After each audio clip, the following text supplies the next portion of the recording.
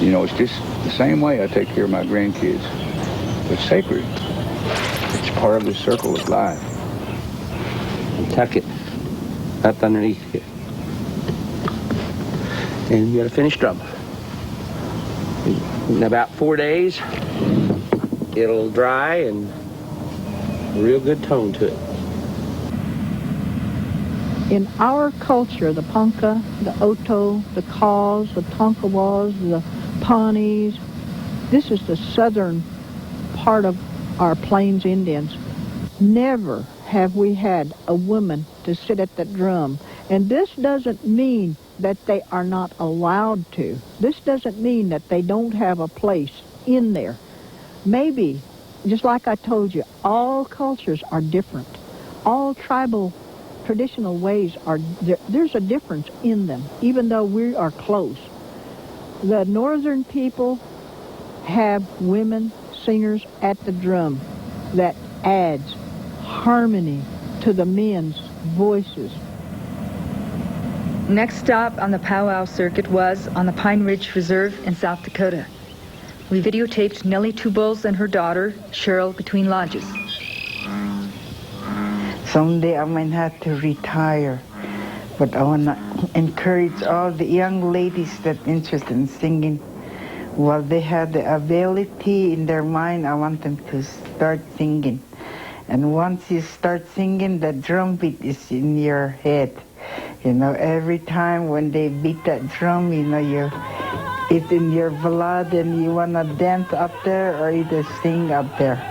And that's how it is. So once you start singing, I know you're going to love to sing. That's your beginning. But next time, you're going to be doing better and better. And someday you'll become a great singer. My mom always says, you should sing, you got a pretty voice, but you know, I didn't have my mind to it at the time, you know. When I was younger, I probably would have started singing younger, but I just started singing in 1983. That's when I met my husband, Wilbur, and he had a singing group, so we went to a powwow in Cherry Creek, and that's the first time I started singing real, you know. I was bashful, but I just sang with them, and then finally I just let it all come out, and then after that I got attached to singing.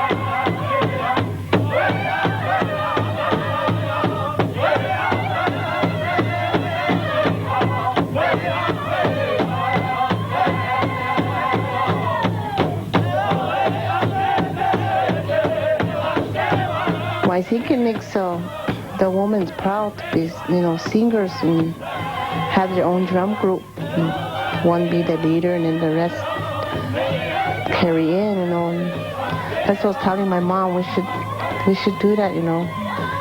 We'll have our own singing group, women's singing group on the reservation. You know. But like my dad said, you know, it's not really good for women to sit there with a drumstick, you know. Better to see them standing in the back singing, you know, helping the singers, but not to drum it, because, you know, sometimes a woman, you know, we get sick every month and they sit there with some of those drums, you know, they pray before they sing and stuff, so my dad really don't allow us to sing at the drum, sit at the drum and sing. we always just stand behind and sing.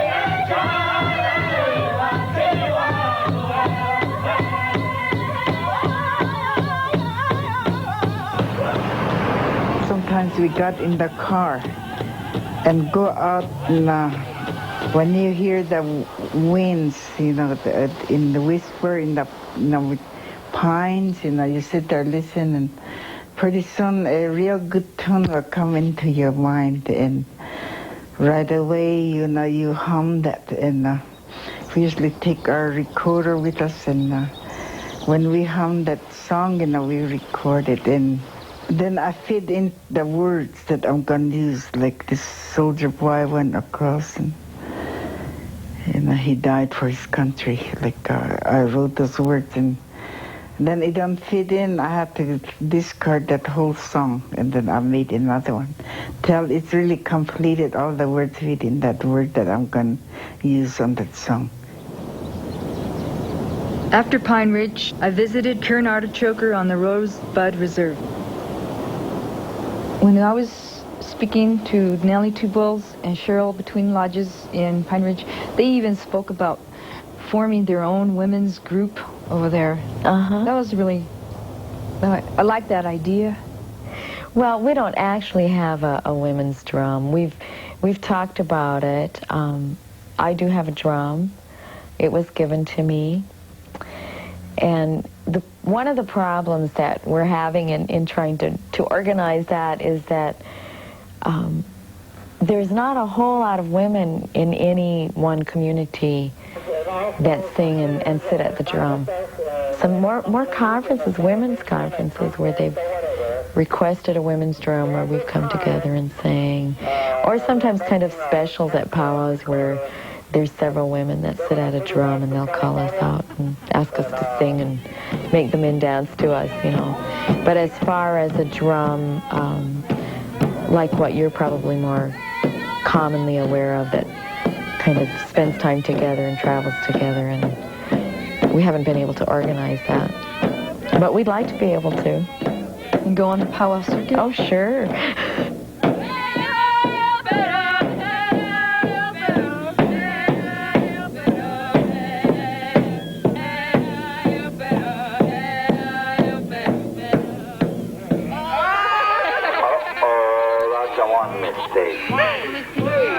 How about that, ladies and gentlemen and our relatives? They've done a pretty good job.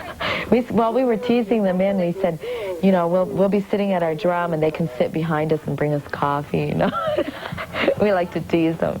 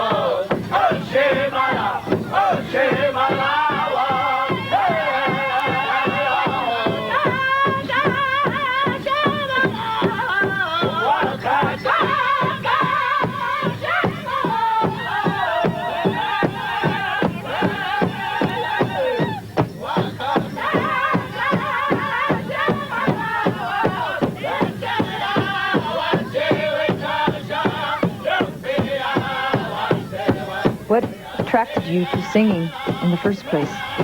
Well, when I was a little girl, I wanted to be a rock star. Put out on it.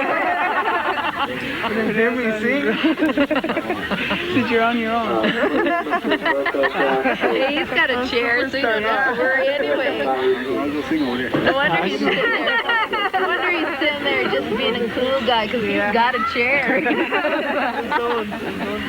So what do you think about women who sing and play at the drum as opposed to the ones who stand and sing or sit with a chair behind the men?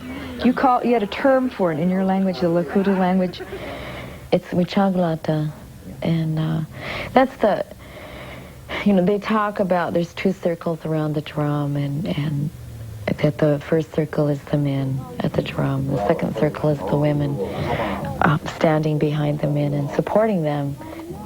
So for me personally, I get a lot of satisfaction standing behind the men as they sit and hit the drum.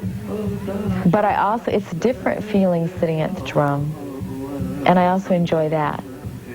And I feel real fortunate that I've encountered men in my life who don't have any issue with that, whether it's some sort of male ego thing or whether it's because it's their perception that it's not traditional and therefore not acceptable. I've been real lucky to meet men like Mr. Make's Room who thinks it really adds to the singing and adds to the drum and really makes it more powerful.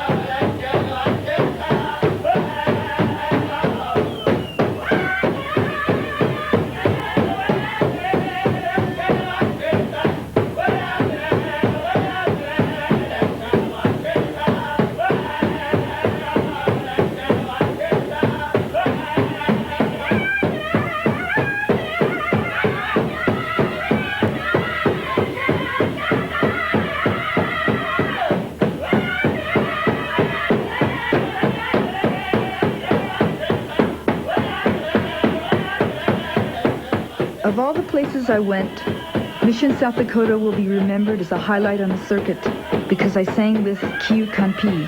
I had never sang with a group before and wished to.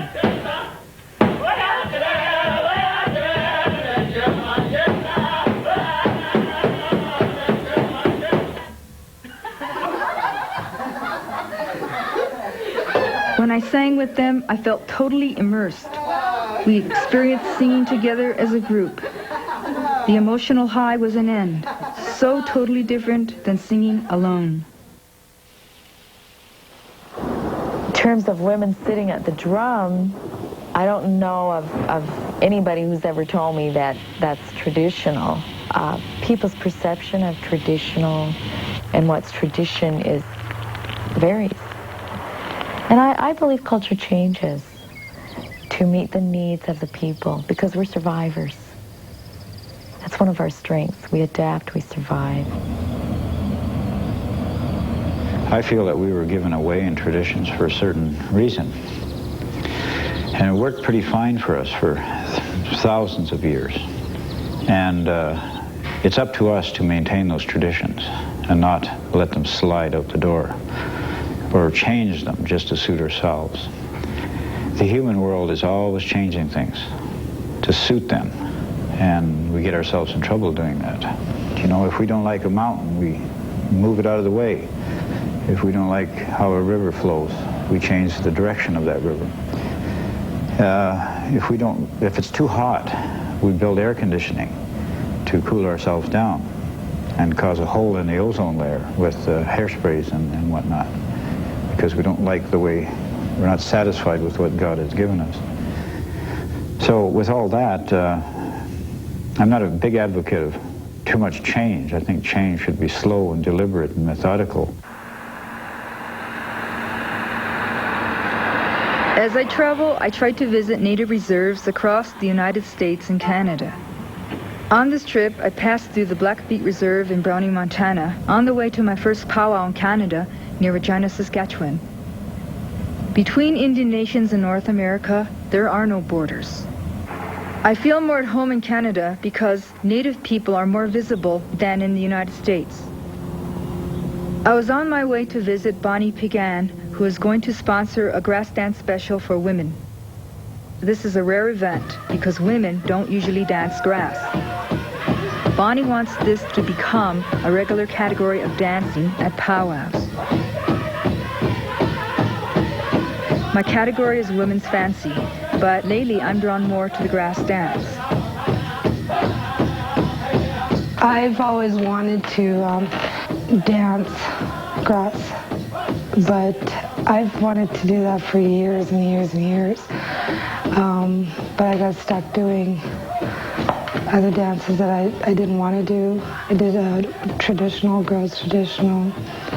Then I tried shawl, fancy shawl. I just didn't like, I mean, those are good dances, but I didn't seem to fit in with it. Like, I didn't feel comfortable. Grass dance was something I've always wanted to do. What is it about it, that dance, particular dance? Their style, their movement, their feet movement, the way their body moves, with the colors and the outfit on it, it's beautiful. Whereas if I put on a woman's grass dance special, it's all women, and it's not to make fun. Like, it's fun when I do it, and it's something that I enjoy, and it's something, the way a man feels about it when he dances is probably the same way I feel about it, you know? And, like, why can't I feel the same way, you know, sort of thing, other than me being a woman, basically. Ladies and gentlemen, Bonnie Pigeon wants to help out in the Carry the Kettle Celebration 1993 by having a woman's grass dance special. She's going to be calling upon the Northern Wind Singers. And she wants everyone to know this as she writes.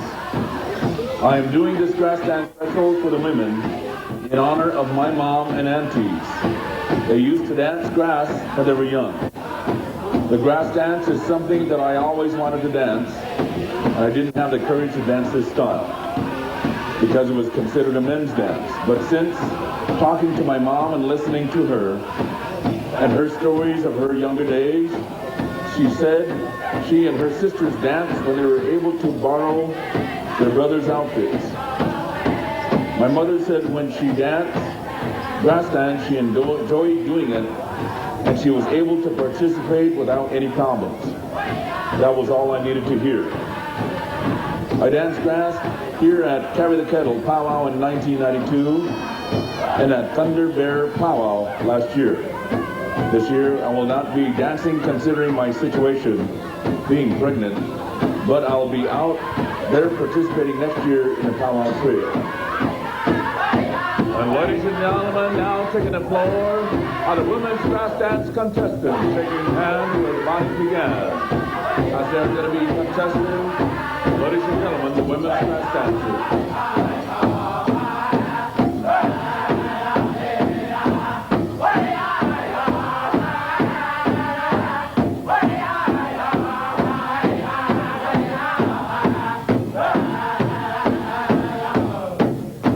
This honor dance was to recognize Bonnie Piegan's contribution to the Carry Kettle Powwow.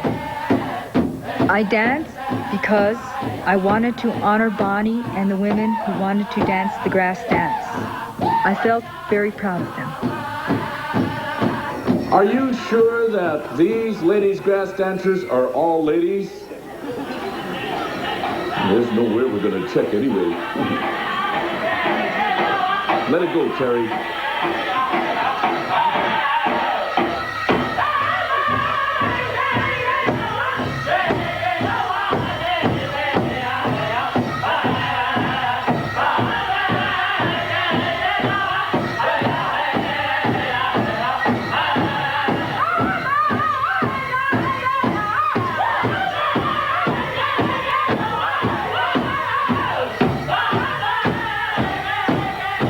The grass dance is the original dance of the powwow.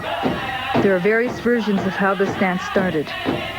According to a Ponca version, long ago, the people went to an isolated spot on the prairie to give thanks for their warriors and for their lives. The dancers went to the middle of the circle, and with the right foot, then the left foot, stamped down the grasses to make way for dancing. Bonnie Piegan told me that the fringes on the outfits represent the hair of Mother Earth. The grass dance was left in Nebraska when the Ponca were removed to Oklahoma. Then the dance was requested by their northern neighbors, and its rights were exchanged. It continues to spread throughout North America.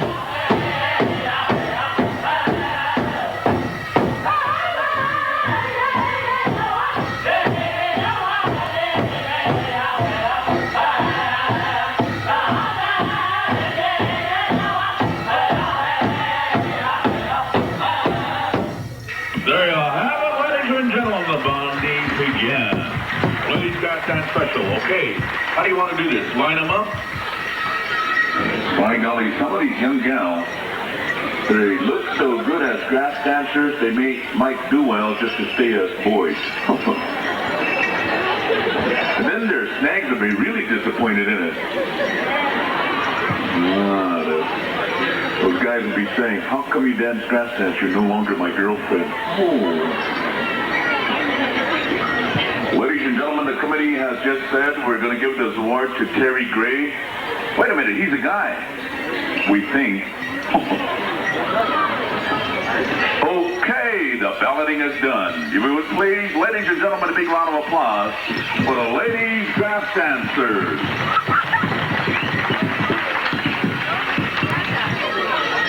They're going to go back to their camp and tabulate. Come back and make the announcement.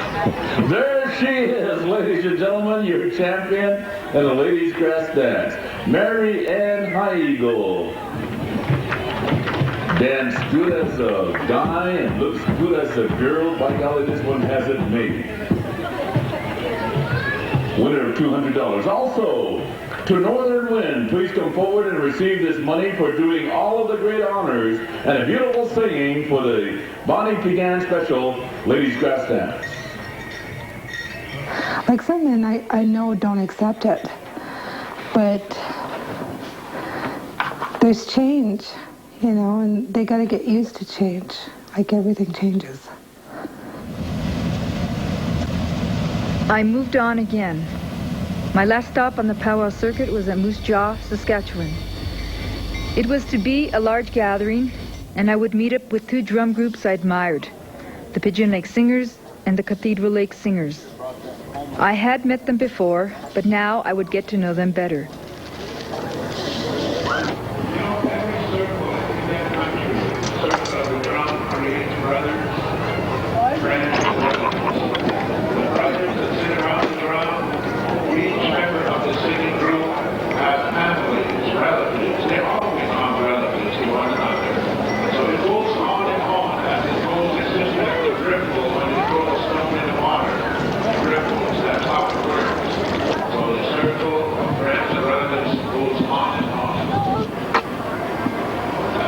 I hurried to make the lineup for Women's Fancy for my first grand entry at Moose Jaw Powwow.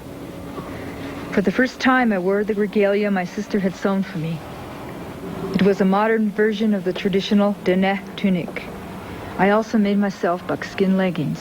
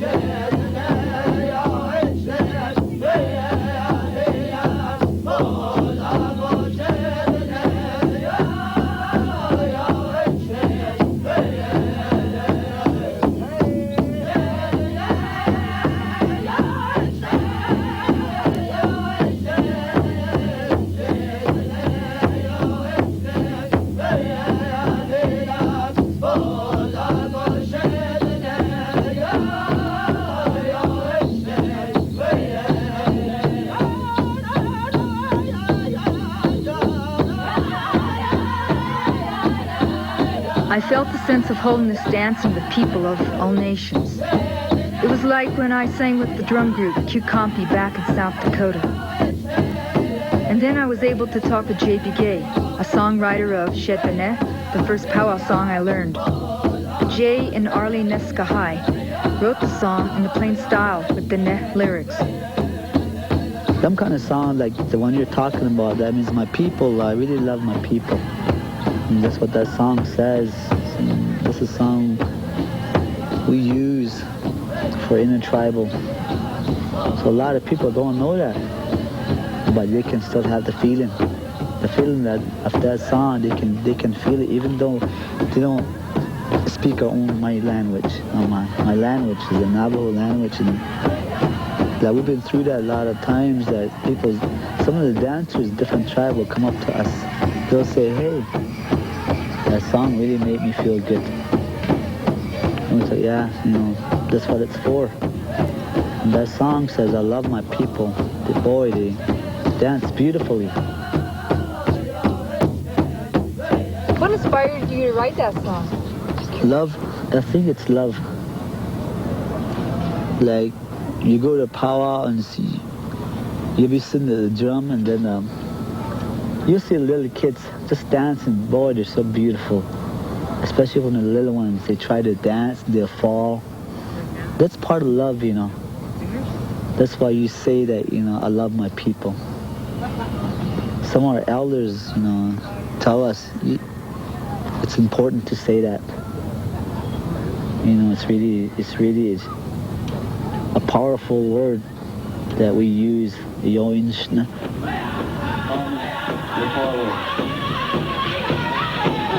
When you're singing, you are saying two prayers in one. It doesn't have to be only in spiritual ceremonies. It's also in powwow.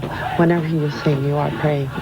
That's why there's some songs that have words, and they're very, very beautiful, and they make you get up and dance.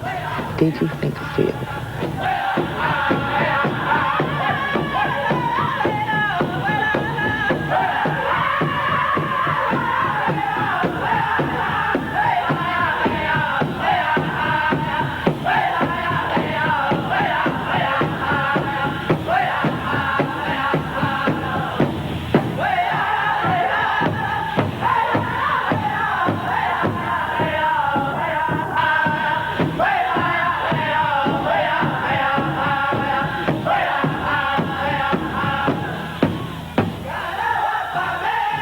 I feel sometimes like the spirit of singing is a language by itself, and it's inside, more or less like special people, like her grandfather, my wife's grandfather, to her, like with her, like the spirit is still with her today. Her grandfather lives. I owe a lot of what little I do know today to my grandfather. He pounded that into my head repeatedly, that this is what I had to do to continue what he believed in, to continue the traditional values that he held sacred, and that is through traveling the Powwow Highway. I stay behind the men. Traditionally, that has always been our role, is to be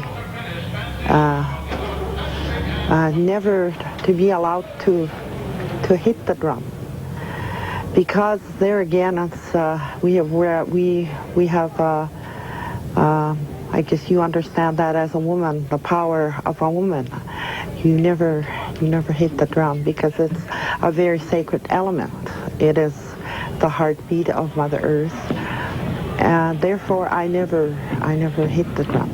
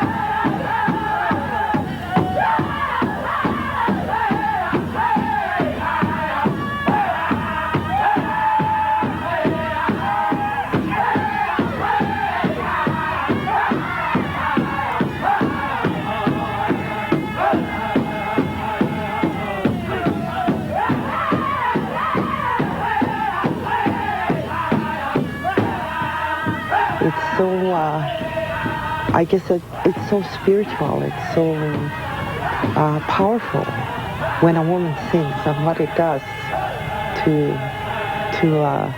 certain individuals. It's like reaching out and touching someone, and songs do that to me.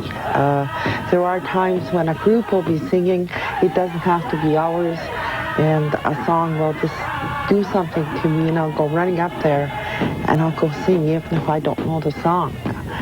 And that's the gift that my grandfather taught me. He left me that, the passion to sing.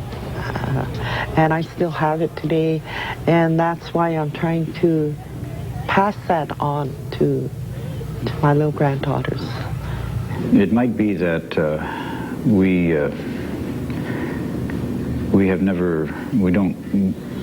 are not ready, or we don't feel comfortable with women at the drum. Maybe their voices don't fit with our voices. Maybe their voices would be inconsistent with our voices. There's those practical aspects. The other thing is that this is just something that we want to do as men. And we feel we should have the right to do it. It's not a question of a woman coming there and saying, well, look, I want to sing with you guys, so you should allow me to sing with you. Well, no, we don't want women here. Let us do this by ourselves. We shouldn't have to say yes every time a woman says, we want to do what you're doing. We want the right to say no. And that's the way it'll be always. If a drum group does not want a woman sitting there, they will not have a woman sitting there. Sometimes the song, I don't know what it is about it. It's either the song or the dance, or maybe the way that I'm feeling then, it's really a strong feeling. And I think some of those times that I can sing better, you know. But I love singing, so I like the feeling of singing a good song. If some elder comes by and say, hey, girls can't sing, you can't hit the drum and sing. If they've been told, because, you know, they'll listen. Because we know that we never talk back to our elders, whatever they tell us. Some powwows, you know, maybe people will say things to us or say things around us about women singing. And it's a kind of uncomfortable. If someone came and no one has ever come right up to us and said, you know, you guys shouldn't do it. You know, you shouldn't be singing. Okay, bring the record, say okay. We go to Cathedral Links. Another fast song.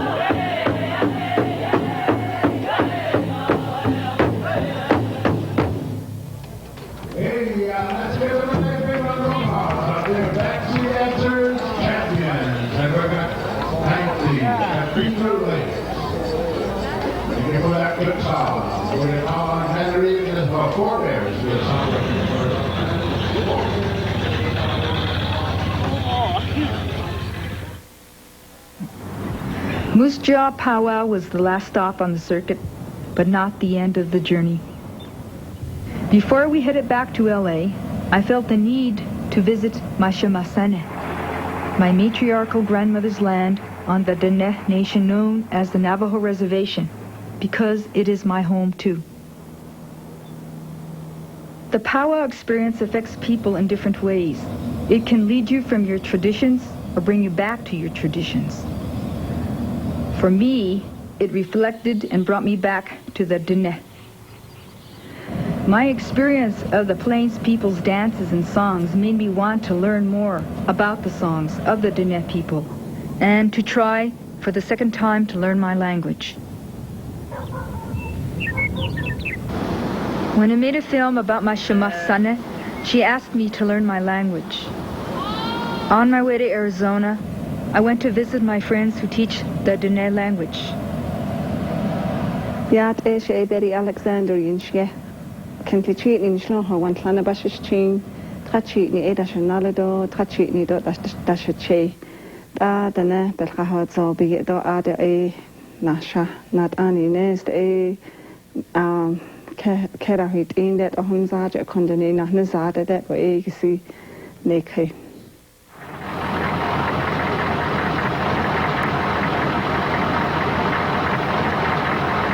I met my cousin on my grandmother's land.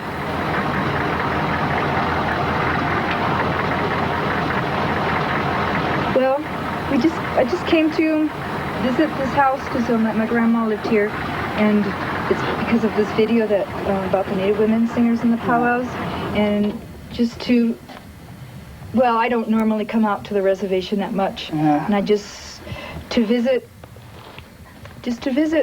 see what it's like on the land, and it's all right, but we don't have no rain. It's dry. Yeah. Is that yours? Yeah. That's your grandma. That used to be your grandma's horse. She gave it to me before she died. She gave it to me. You mean the big horse there? Yeah. And when was that baby horse born? He was about 2 months old. Oh. Just a young colt. Well, I'm gonna visit, just walk around and visit my that house where my grandpa and grandma lived down there. Yeah, they used to live right down there. Okay. Yeah, go ahead. Yeah. Okay. Thanks. Okay. You do everything you want. It's your house too. Okay. It's yours. Thanks.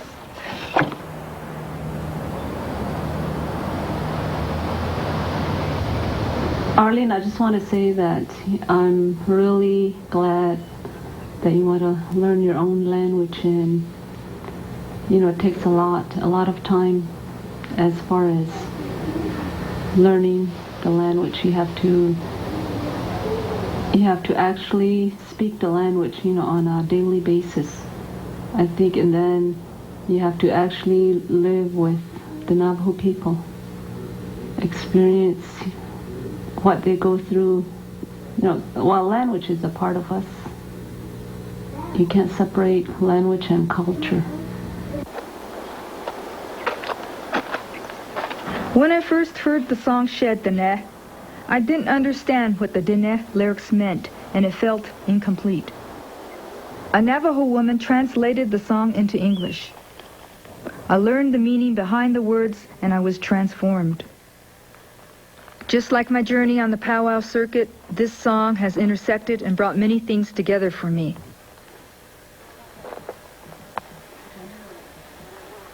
As other singers have said, songs are like prayers. It brought me closer to my people of all nations.